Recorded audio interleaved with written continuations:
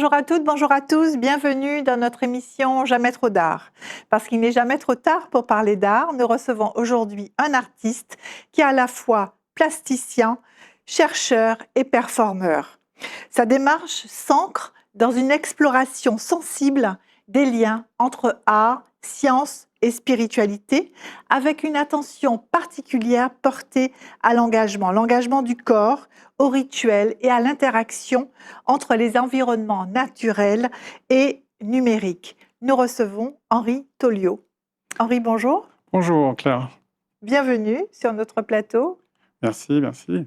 Heureuse de vous recevoir. Alors, vous développez depuis plus de 2 décennies une pratique transversale, mêlant les arts numériques, la biotechnologie, les performances, les installations multimédia, où l'organique, le végétal, l'humain ont une place toute particulière et elles côtoient en même temps le numérique. Alors, j'ai envie de vous demander comment vous définissez votre art, votre approche hybride, en fait, de toutes les disciplines aujourd'hui. Ce que je peux dire, c'est que je suis un artiste du multimédia, voire médias multiples, mais plutôt du multimédia, ce qui inclut donc beaucoup de choses autour du numérique, beaucoup de choses autour de la vidéo, et également, je m'inscris aussi dans la performance. Donc, je prends mon corps, je le mets en scène, et je développe un propos qui peut être poétique, politique ou autre.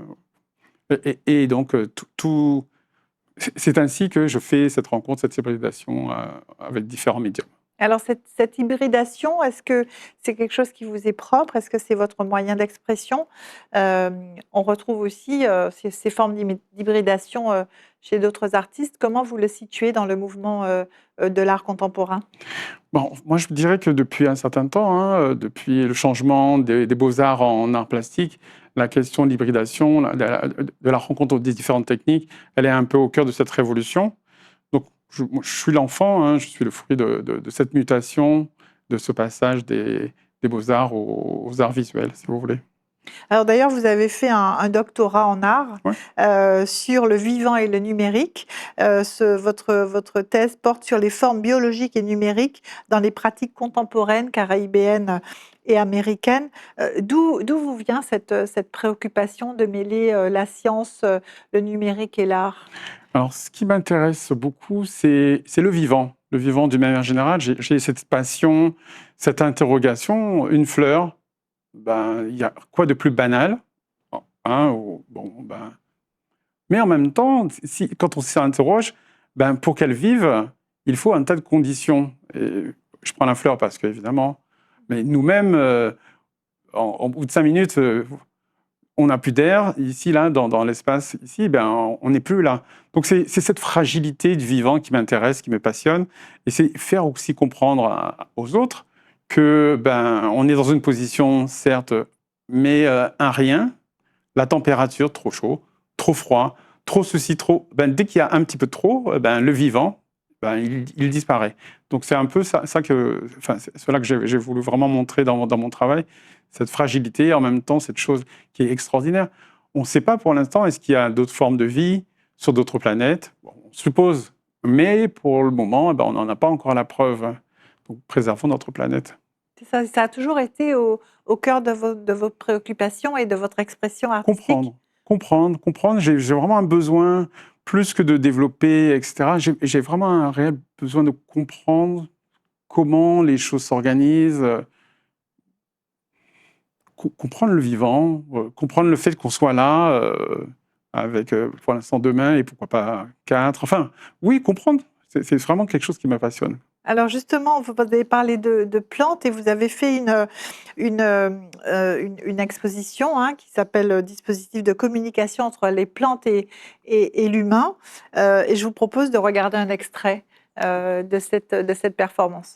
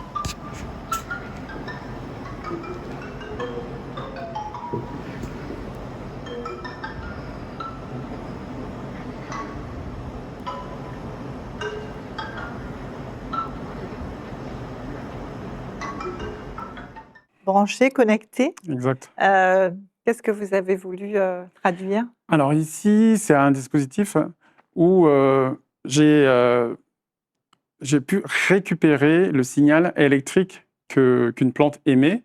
Ce signal électrique, il a été mis dans un boîtier et ce boîtier produit de la musique. La musique que vous entendez là, en Oui. fait, c'est la musique de la plante. D'accord. Oui, c'est pas une musique d'ambiance, c'est réellement ce que la plante produit comme musique. Et moi, à Par côté, rapport à l'énergie qu'elle dégage. exactement. Donc, il y a des algorithmes, etc., qui récupèrent et qui transforment ce signal en musique. Alors, c'est une première étape. Et ensuite, moi, je me suis dit, non, ce que j'aimerais, c'est créer un dialogue, en tout cas, Une simuler interaction. plutôt une interaction entre un être humain et... donc, je me suis dit, ben, qu'est-ce qu'on va faire? Je vais apporter quelque chose à la plante et cette fois-ci, je vais lui apporter de la lumière. Et c'est ce que vous me voyez faire quand j'appuie sur le Sur le fauteuil. coussin, ouais. Voilà. Je lui envoie de la lumière, une lumière qui va la nourrir. Et en même temps, la plante, sa musicalité, toute cette production sonore, eh ben, je l'ai récupérée et je l'ai transformée en l'animation que vous voyez C'est ça. sur l'écran. En animation visuelle avec les couleurs. Et les couleurs correspondent aussi à une forme d'énergie. Ben, c'est ça. C'est-à-dire que les couleurs, le cercle chromatique coloré, mais aussi on parle de chromatisme dans la musique, je les ai fait coïncider.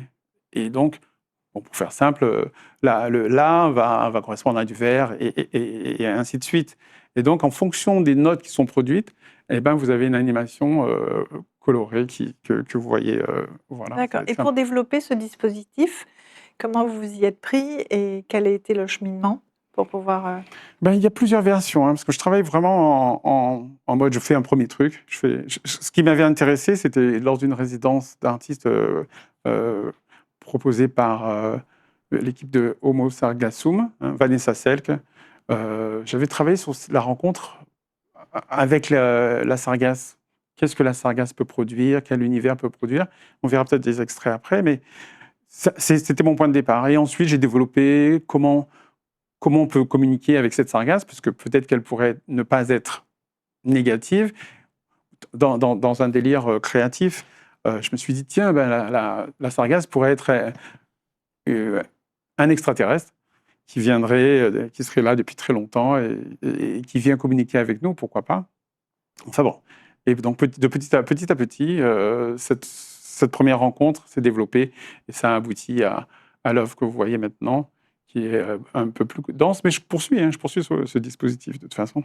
En changeant les plantes ou en changeant le Ben, végétal? L'idée, c'est pour moi, peut-être là, on va, comme j'ai récupéré le signal électrique de la plante, je vais récupérer notre signal mental, enfin, notre encéphalogramme, Oui. hein, électroencéphalogramme, et là, je vais les faire coïncider et voir comment on peut discuter. Est-ce que ça produit visuellement? Exactement. Donc, je ne pense pas que ça, en termes de sortie, je ne pense pas qu'il y aura une vidéo, mais je pense qu'on va communiquer de lumière à lumière. Mais vraiment, c'est vraiment quelque chose qui me tient à cœur. C'est un peu, je ne sais pas si on s'en rappelle, mais bon, il y a eu des films où les extraterrestres, justement, communiquaient, et les humains communiquaient par le biais de la lumière, en fait. Absolument. Donc, Alors, vous travaillez aussi, des fois en solo, mais beaucoup aussi en collaboration quand vous faites vos performances, Oui. Et notamment en duo avec Annabelle Guéredra. Vous avez d'ailleurs co-dirigé le Festival international d'art de performance, hein, c'est ça. à la Martinique. Alors,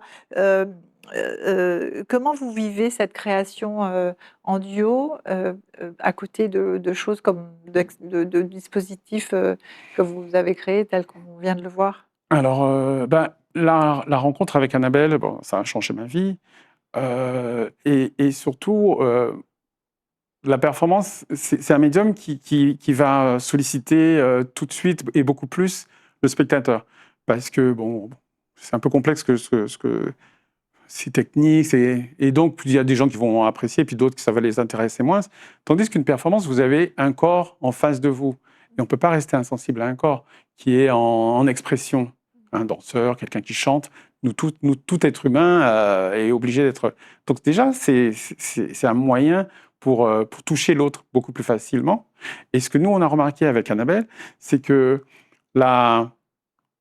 la Martinique, la Guadeloupe, nos territoires, ils sont très sensibles à la question du corps, à tel point que nous faisons un carnaval. Et notre carnaval, il est très spécifique. C'est pas juste un carnaval esthétisant à Venise, c'est aussi un carnaval qui est politique, qui critique, et donc tous les Martiniquais, nous tous, nous sommes des performeurs en Oui, c'est puissance. ça, on fait des performances sans le savoir. Voilà. Moi, je suis sidéré quand je vois des gens. Il y en a un qui passe avec un bébé et qui le tient, mais il y croit vraiment, en fait. Et je me dis, mais non, nous sommes tous des performants en puissance. Et donc, ce médium de la performance, il est idéal pour parler à ce peuple, enfin, à ces peuples. En fait, c'est pour entrer en interaction avec l'autre. Avec comme l'autre, ça que c'est vous le beaucoup plus facile. considérez? Oui. On a été invité à New York, etc. Les non-New-Yorkais ou du peuple d'Amérique ayant cette même histoire, la performance, c'est un médium qui est très puissant et qui va faire que on va être entendu. Je suis toujours très étonné. Quelqu'un qui vient de Paris, qui nous regarde performer, il va dire c'est quoi ? Il va lui faire qu'on lui explique, qu'on fasse une thèse, etc. Tandis que vous présentez ça dans un lieu, non, c'est direct.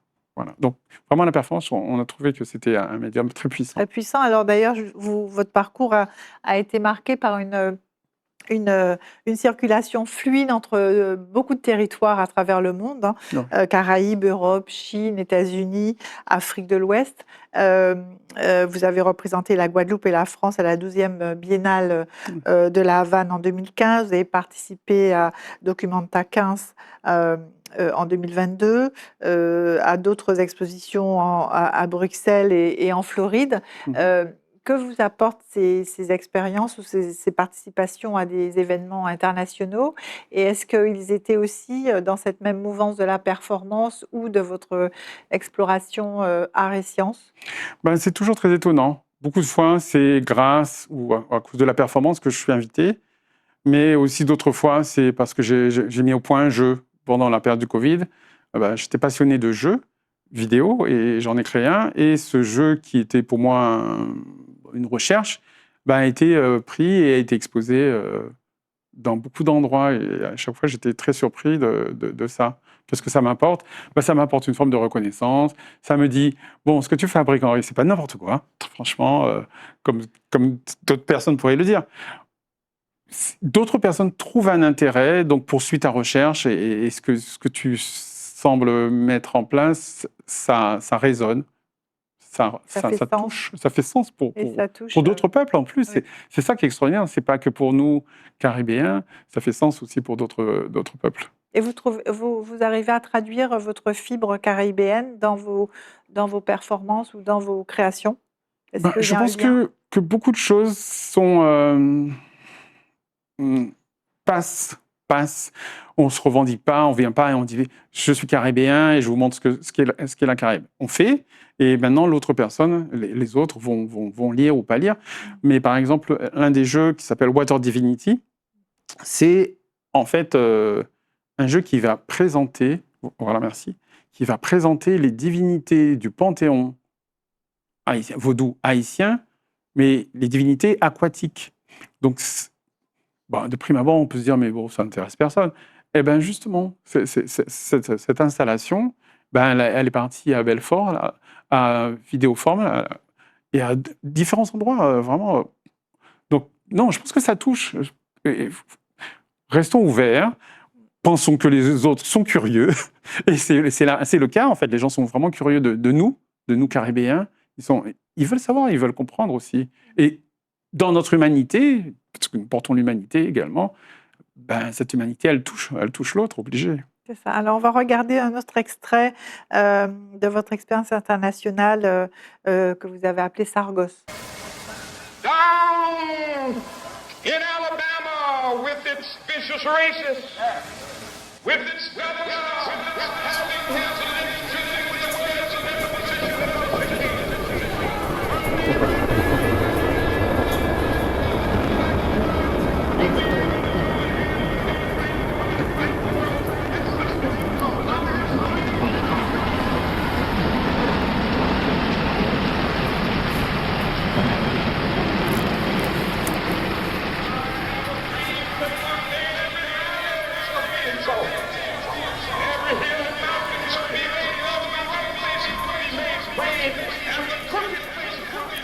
Alors, est-ce que vous pouvez nous commenter Hmm.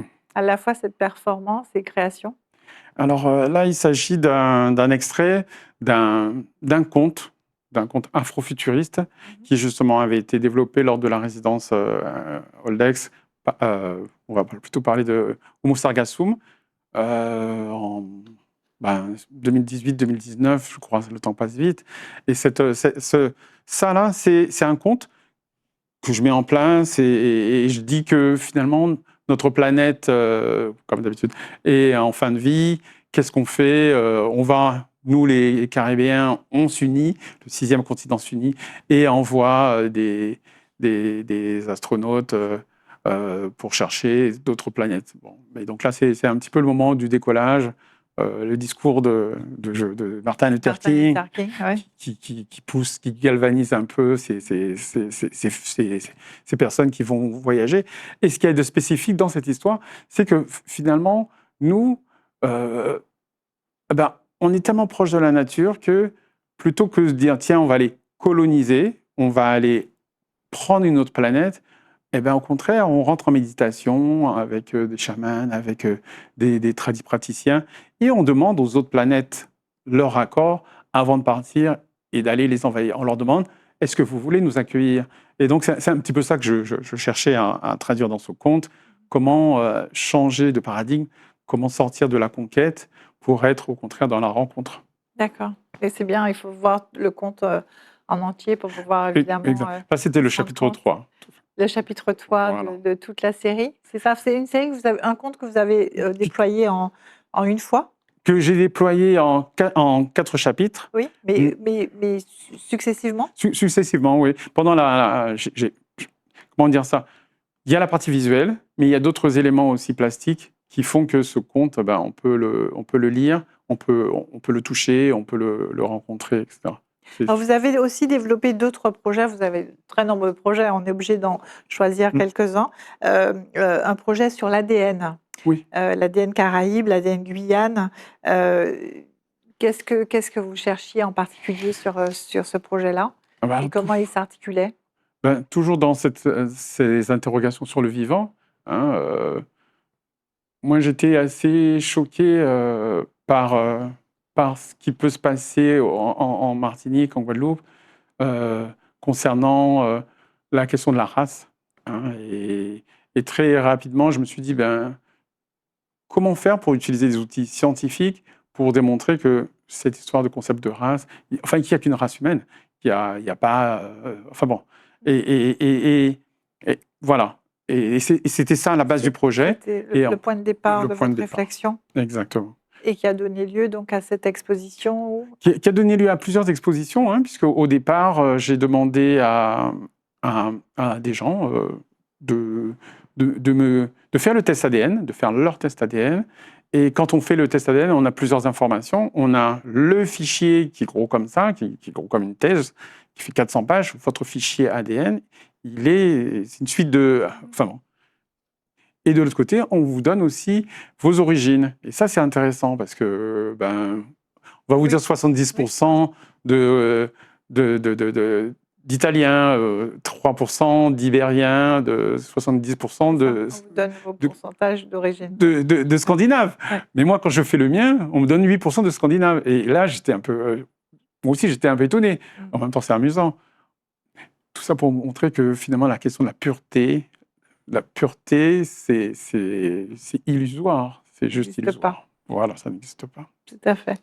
Écoutez, cette émission s'achève. On aura encore beaucoup de choses à dire sur vos projets passionnants et très riches, en fait, et diversifiés.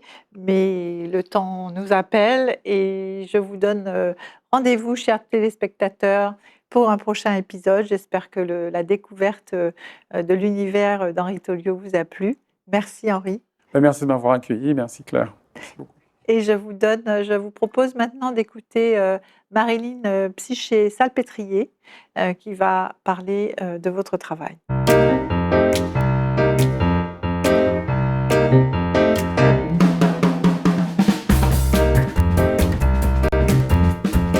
Henri Tholiot est un artiste, chercheur pluriel et protéiforme. Il nous transporte dans un univers artistique à la fois expérimental, digital, plastique, sacré. Car dans ses recherches, il explore de façon binaire et bilatérale l'étendue des possibles de l'art interactif et du bioart.